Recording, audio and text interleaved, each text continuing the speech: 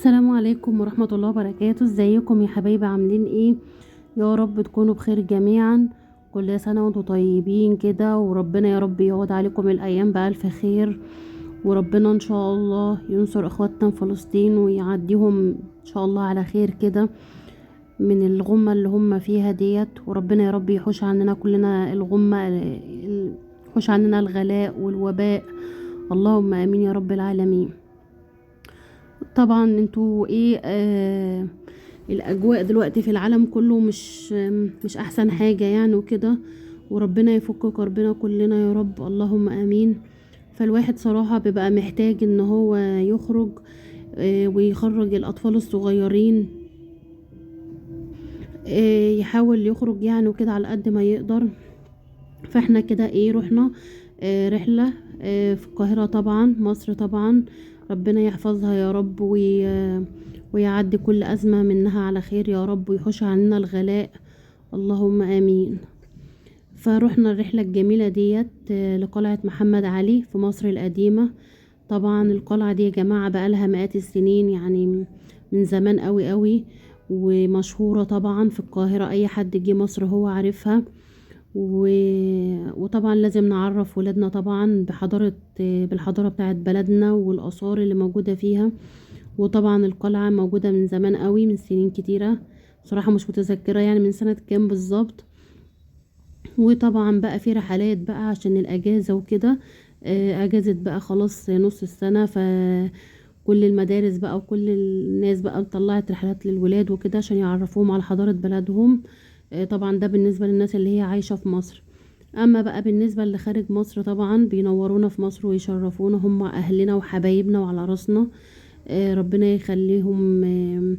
يخليهم لينا ويخلينا ليهم، ونفضل يا رب دايما كده، الوطن العربي كله والمسلمين في كل مكان نفضل على بإيد واحدة وعلى قلب واحد ان شاء الله. وربنا يحفظنا يا رب وينصرنا جميعا، اللهم امين. زي ما انتم شايفين كده، احنا كنا بقى داخلين على القلعة اهوت، و لسه ما دخلناش، يعني دخلنا من البوابة الرئيسية بره، نزلنا من اتوبيس يعني وكده من الباص، ولسه بقى ماشيين بقى على رجلينا كده عشان ندخل القلعة بقى وندفع التذاكر. المسؤول عن الرحلة طبعا هو اللي بيدفع التذاكر للناس وكده. وبعد كده بقى الناس بقى بتنطلق بقى في المكان وتمشي بقى ايه، تشوف بقى القلعة وتتفرج على جمالها في مصر القديمة طبعا، حضارة مصر. زي ما انتم شايفين ما شاء الله، كان في ناس كتير جدا، طلبة طبعا اللي خلصوا امتحاناتهم وكده. ويا رب ان شاء الله يعجبكم الفلوج بتاع النهاردة. ولو عجبتكم بقى القناة بتاعتي، ما تنسوش بقى ان انتوا تشتركوا في القناة وتنوروني وتشرفوني وتبقى من عيلتي التانية، ويتفرجوا بقى واستمتعوا معايا بقى ايه بالفلوج الجميل ده في قلعة محمد علي في القاهرة. وان شاء الله يا رب يعجبكم الفلوج وتكتبوا لي كومنت حلو منكم، بيبسطني جدا وبيسعدني جدا جدا. زي ما انتم شايفين كده بقى ايه الدخلة في جوه. اول ما تخش بقى البابا الرئيسية هنا كده، بيبقى فيه بيبقى فيه زي عربية كهربائية كده. مش صراحة مش فاكرة الفرد كان بكام، تتمشى بيكوا جوه المكان يعني وكده.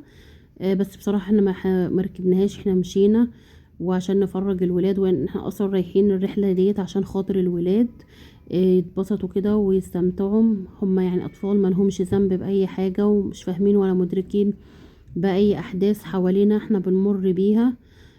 فبنحاول على قد ما نقدر ان احنا نعمل لهم اي حاجة ربنا بيقدرنا عليها وكده، على قد ايه امكانيات كل واحد وكده. طبعا يا جماعة القلعة فيها تجديدات من الحكومة طبعا، في اماكن فيها تجديدات وترميمات زي ما انتم شايفين كده اهوت، معلقين السقالة يعني عشان في تجديدات للمكان. وان شاء الله يتجدد كده ويبقى يزداد جمال على جماله بإذن الله تعالى. وطبعا عايزاكم بقى ايه تتفرجوا كده سبحان الله يعني. المباني زمان، يعني الناس زمان حضرت كام ألف سنة يعني بقى كانوا عندهم ما شاء الله فن كده في المعمار وفي البنى. كانت حاجة جميلة جدا جدا جدا.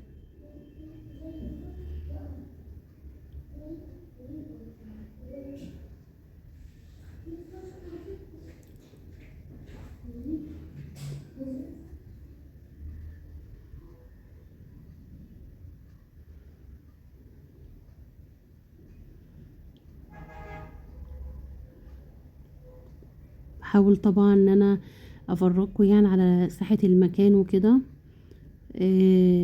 ما شاء الله جميل قوي. بس زي ما قلت لكم كده في ترميمات في المكان وكده، شايفين الحاجات الفنون المعمارية بصراحة حاجة تحفة تحفة تحفة يعني.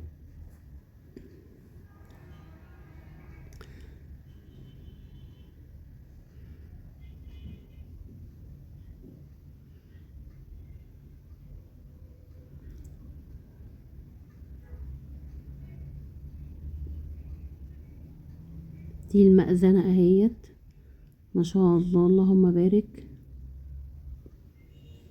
طبعا المكان هنا لو هتخشوا يعني وكده، طبعا الناس بيقلعوا الأحذية وكده، ما ينفعش طبعا ندخل بالأحذية، او بتلبسوا اللي هي الأكياس ديت على على الجزمة يعني وكده، على الحذاء وكده عشان تخشوه. وهتروحوا بقى ايه في بقى متحف جميل قوي قوي، ما شاء الله المتحف ده جميل جدا. في بقى الحاجات اللي هي في مصر مرت بيها زمان يعني في الحروب وكده، حاجة جميلة. هتتفرجوا دلوقتي المتحف الحربي القومي.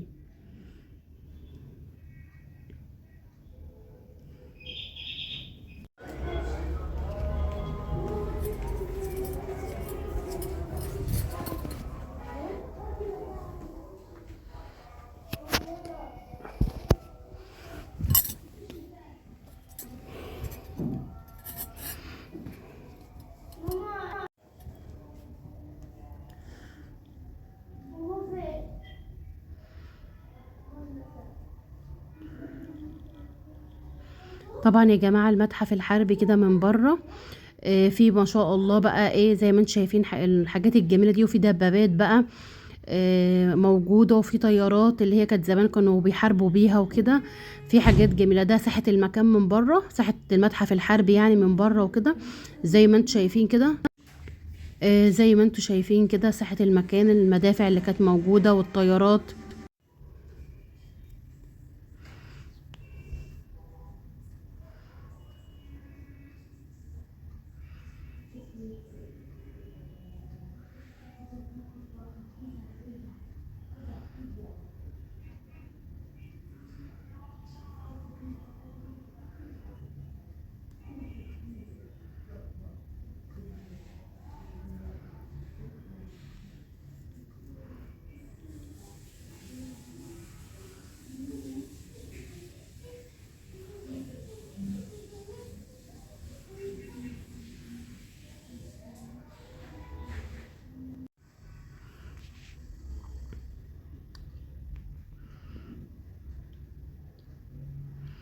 اهوت زي ما انتم شايفين كده، زي ما قلت لكم الدبابات بقى وطيارات. صراحة المتحف ده ما شاء الله جميل جميل جدا من بره ومن جوه. ده اكتر مكان في القلعة حاساه ان هو يعني حلو في الترميم بتاعه وفي النظافة ومتظبط يعني وكده. في اماكن في القلعة اللي احنا وريتهولكوا في الاول ده لسه بيترمم، وفي بقى جزء تاني اللي هو في المسجد نفسه ده لسه ما ترممش ولا حاجة. فهم صراحة شغالين، مش عارفة بقى هم شغالين في اجزاء ولا في ايه بالظبط يعني. بس هو المكان المتحف الحرب ده صراحة متظبط كله جميل جدا وحلو قوي.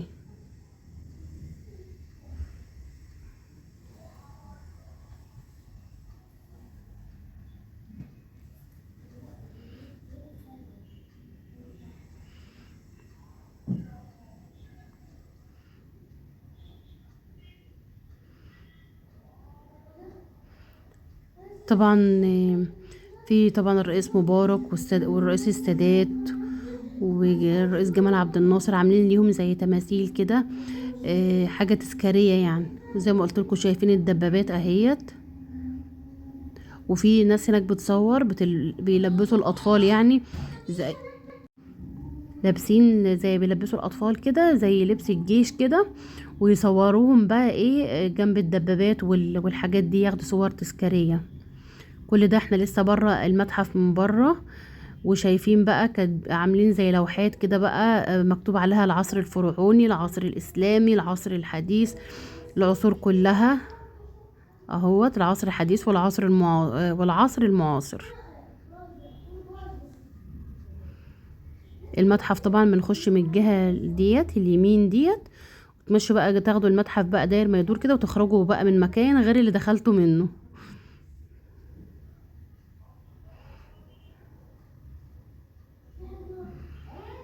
المتحف بقى هوت من جوه، طبعا المتحف من جوه كل ما اجي بقى افتح الكاميرا كده عشان اصور لكم وكده، فيقابلنا حد من بتوع الشرطة يقولوا ممنوع التصوير، كل شوية حد يقابلنا ممنوع التصوير. فحاولت بقى اصور على قد ما اقدر الحاجات اللي انا صورتها ليكوا ديت من جوه المتحف. يا رب ان شاء الله ان هي تعجبكم وتستمتعوا بيها كده. وطبعا الحاجات اللي جوه المتحف دي طبعا عايزه حد بقى يكون شاطر قوي في التاريخ بقى يشرح ده ايه وده ايه، وانا بصراحه يعني مش شاطره قوي في التاريخ يعني وكده. مش عارفاه، يعني مش عارفاه كله تفاصيله يعني وكده. دي بقى كانت قاعه كده فيها شاشه زي ما انتم شايفين بتحكي بقى عن حرب اكتوبر وانتصارات بتاعت مصر والحروب اللي مصر مرت بيها. الصراحه المتحف جميل جدا جدا من جوه.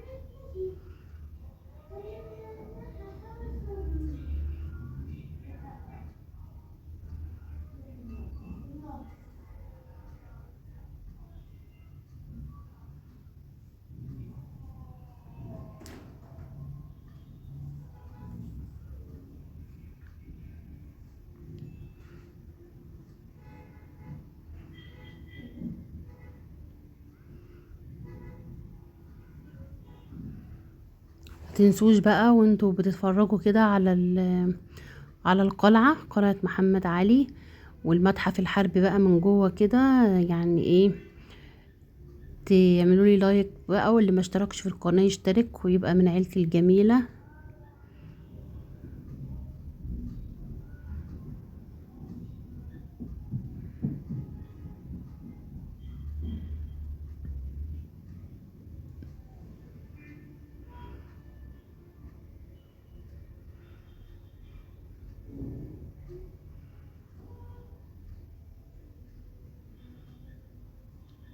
شايفين بقى زمان ايام الحرب بقى كانوا بيلبسوا من الطواقي دي او الكبات دي على راسهم يعني، والبدل اللي كانوا بيلبسوها في الحرب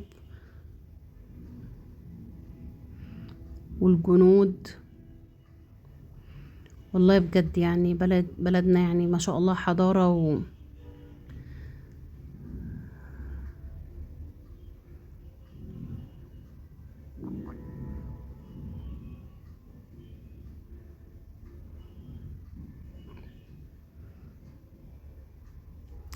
هنا بقى خلاص خلصنا وخارجين بقى المتحف الحربي، ورحنا بقى مكان تاني كده. بصوا بقى المكان ده برضو في القلعة، تقف فيه بقى تشوف كل مصر القديمة وانت واقف فوق. شفت المدفع اللي في الجنب اللي هناك ده؟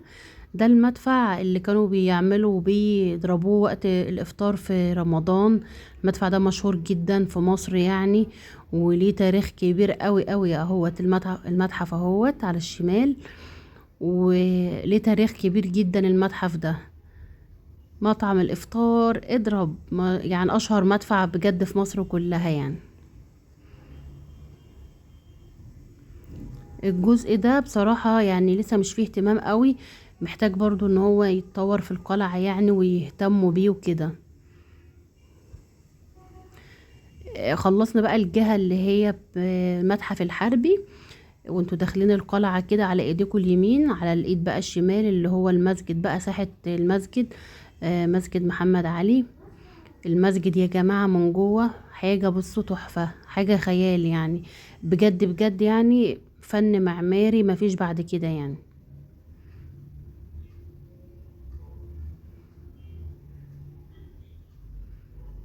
اهيت العربية اللي كنت اقول لكم على الكهربائية. بصوا بقى ساحة المسجد محمد علي، دي الساحة من بره. المسجد بقى من جوه لسه بقى هندخله دلوقتي ونشوفه بقى وايه وكده بقى.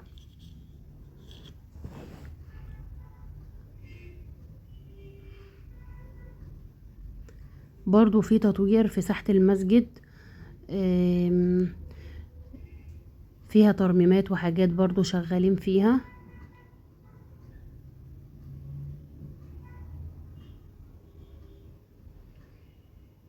اهوت المسجد بقى من جوه، حاجة بصوا عظمة كده عظمة.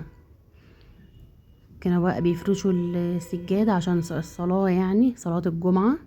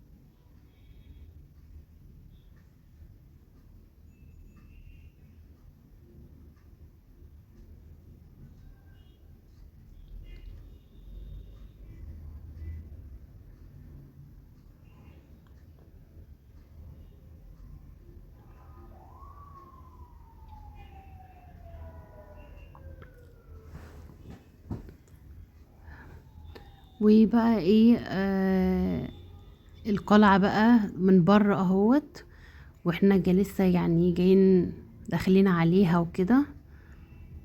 القاهرة الجميلة، القاهرة القديمة يا جماعة جميلة جميلة جميلة بجد، يعني مش اي حد يعني بجد يعني يستمتع بيها ويعرف قيمتها بجد، يعني غير الناس اللي هي عايشة في مصر من زمان قوي قوي، وتحس بجد بحنين كده وحب للأماكن دي بجد.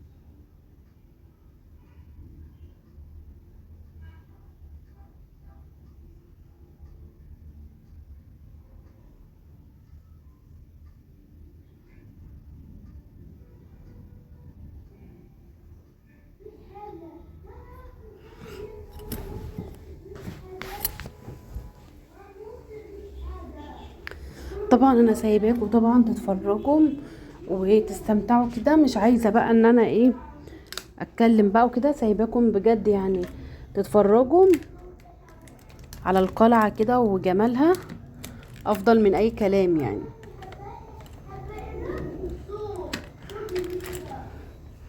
طبعا يا جماعه هو فيديو بسيط خالص، وانا مش عاملاه عشان مثلا انا شاطره مثلا في التاريخ فاحكي لكم بقى تاريخ القلعه وكده، لا انا انسانه عاديه جدا.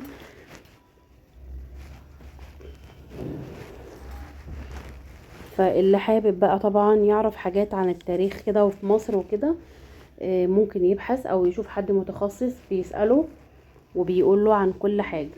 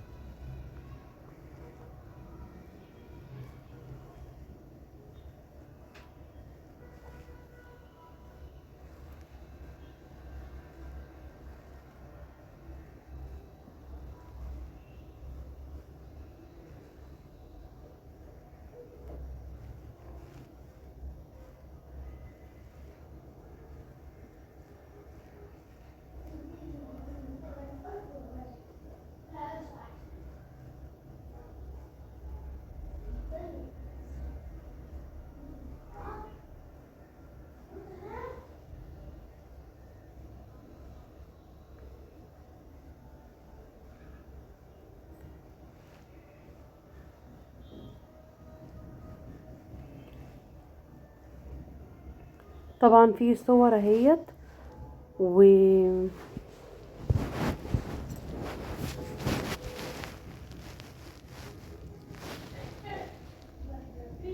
ما قلت لكم ده المكان اللي هو بيتم ايه تطويره يعني وكده.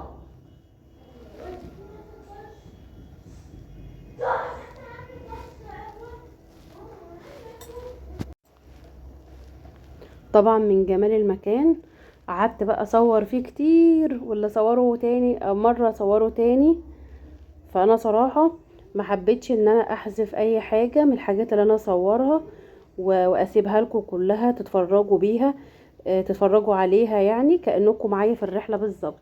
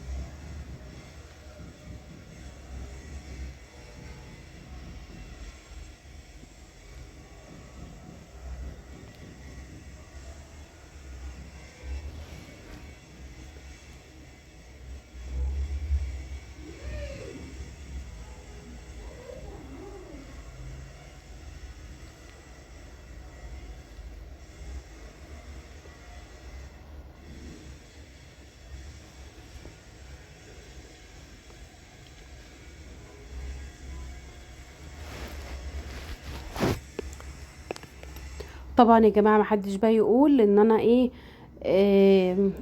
يعني عدت في الفيديو المقاطع تاني، لان بجد يعني ايه مفيش حاجه تتفوت خالص ان احنا يعني ما نتفرجش عليها بجد بجد.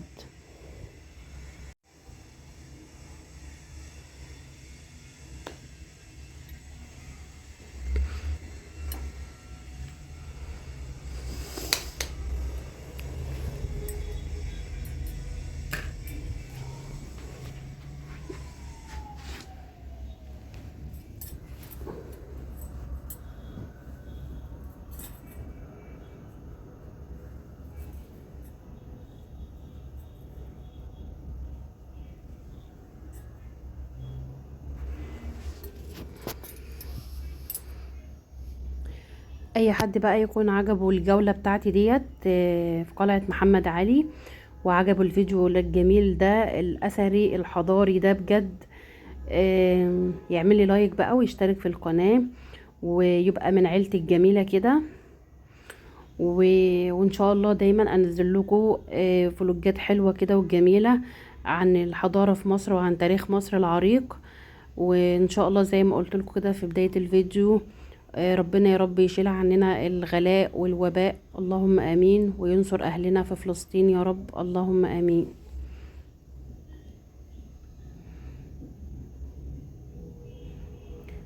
ويا رب ان شاء الله يكون عجبكم الفلوج بتاعي، وان شاء الله اشوفكم في فيديوهات كتيرة جاية باذن الله. وبحبكم جدا وشكرا ليكم، ومع السلامة، واسيبكم بقى تستمتعوا لحد الفيديو ما يخلص، واشوفكم ان شاء الله في فيديو جديد.